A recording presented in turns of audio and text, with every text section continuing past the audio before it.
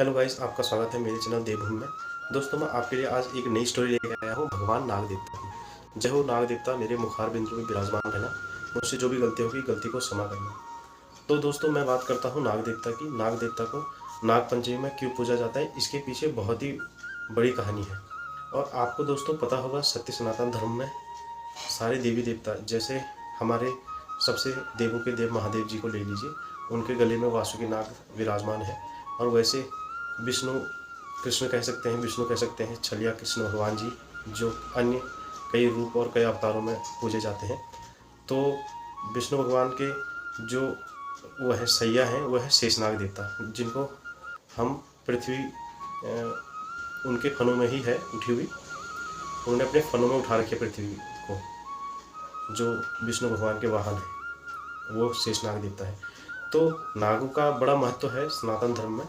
और ऐसे ही आज मैं आप लोगों के बीच ये बताना चाहता हूँ कि उत्तराखंड में दोस्तों, उत्तराखंड में नागों को क्यों पूजा जाता है और कौन कौन से क्षेत्रों में उत्तराखंड में नागों को पूजा जाता है। जैसे कुमाऊँ में बेरी नाग हो गए, और कई छोटे बड़े कई मंदिर हैं नाग देवताओं के, और कई लोगों के कुल के देवता भी नाग देवता माने जाते हैं उत्तराखंड में।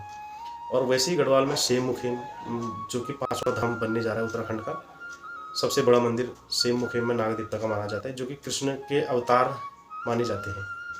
वो स्टोरी मैं आपके लिए बाद में लेके आऊँगा, सेम मुखीम नाग देवता की। और डांडा नाग राजा हैं जैसे, तो ऐसी गढ़वाल में कई नाग देवता के अलग अलग स्वरूप हैं। और इनको जैसे किसी गांव में ये भूमिया रूप में भी पूजे जाते हैं नाग देवता उत्तराखंड में। तो ऐसी ही नाग पंचमी की एक स्टोरी है जो मैं आज आपके समक्ष रखना चाहता हूँ दोस्तों। तो ये स्टोरी होती है स्टार्ट एक बुढ़िया से। एक बुढ़िया थी, उसकी एक पुत्री थी। तो जो बुढ़िया थी, तो उसका प्रतिदिन जो कार्य था, अपने गाय का दूध निकाल के लाती थी और गाय को चारा वगैरह दे के गाय की बच्चे को दूध पिलाती थी। उसके बाद वो अपने घर दूध लाती थी, दूध को गर्म करती थी। दूध को ठंडा करने के बाद अपने आंगन में कांसे की थाली में दूध को रखती थी। और तब जाके 7 भाई नाग, जो कि 4 भाई छोटे थे और भाई बड़े थे, 3 भाई बड़े थे, तो जो ये 7 भाई आते थे, दूध को पीते थे और बहुत खुश होके वापस चले जाते थे दोस्तों। तो होते करते ऐसे ही चलता गया। बुढ़िया की लड़की एक दिन जवान हो गई और उसने अपने गांव के सरपंच के लड़के के साथ अपनी लड़की की शादी करा दी। सरपंच के 4 लड़के थे, जिसमें सबसे छोटी बहू, उस बुढ़िया की लड़की सबसे छोटी बहू थी। और होते करते जब त्यौहार एक दिन रक्षाबंधन का आता है दोस्तों, तो तीन बहुएं जो सरपंच की थी, वो अपने मायके चली जाती हैं।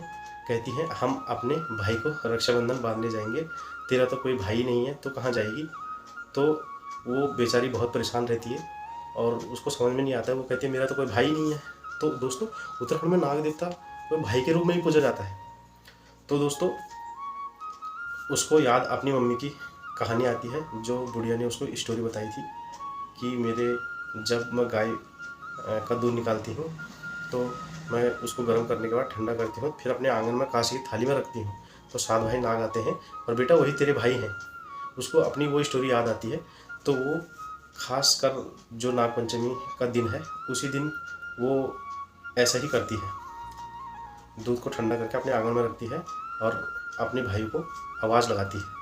आवाज़ लगाने के बाद बोलती है कि तो मेरे सच्चे भाई होंगे तो दूध पीने जरूर आएंगे, आओगे आप लोग, जो मैंने आपके लिए दूध ठंडा किया है गाय का। तो नाग देवता पाताल में से कान लगाते हैं, अपनी बहन की आवाज़ सुनते हैं और आते हैं, दूध पीते हैं, फिर मंत्र मुग्ध होकर खुश होकर अपनी बहन के घर से चले जाते हैं।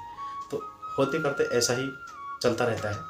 तो एक दिन जो छोटी बहू होती है सरपंच की, जो नागों की बहन मानी जाती है, तो वो एक दिन दूध गर्म करके छोड़ देती है उसमें। उसको ये याद नहीं आता कि कांसे की थाली में दूध को ठंडा करने के लिए रखना था। वो अपने भाई का आने की खुशी में जल्दीबाजी में दूध रख देती है। तो जो 7 भाई नाग थे, ये सारे आए, इन्होंने दूध पिया तो इनका मुंह जल गया। तो जो 4 भाई छोटे थे, इन्होंने कहा अब इसको डसना पड़ेगा, क्योंकि इसने हमारा मुंह जला दिया। तो जो 3 भाई बड़े थे, उन्होंने कहा नहीं, ये तो गलत कार्य तुम कर रहे हो, क्या पता हो सकता है उससे कोई गलती हो गई होगी। तो फिर उनने कहा, आज हम अपनी बहन की परीक्षा लेते हैं, एक बार आज हम फिर वहाँ दूध पीने के लिए जाएंगे। तुम अपनी बहन से कहो कि हम आ रहे हैं तुम्हारे घर, तो ऐसे ही तीन भाई बड़े भाइयों ने अपनी बहन से कहा कि हम तुम्हारे घर आ रहे हैं।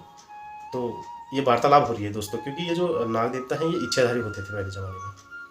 तो तीन भाई पहले घर आए, उन्होंने कहा मेहमानचारी हो रही है, हम 7 भाई आएंगे, तुम हमारी मेहमानचारी करना और हमारे लिए सारी व्यवस्था करना खाने पीने की, हम अपनी पत्नियों को लेकर तुम्हारे घर आएंगे। तो ऐसे ही उनकी छोटी बहन जो सरपंच की छोटी बहू थी, उसने कहा ठीक है, मैं व्यवस्था तुम्हारे खाने पीने की करूँगी।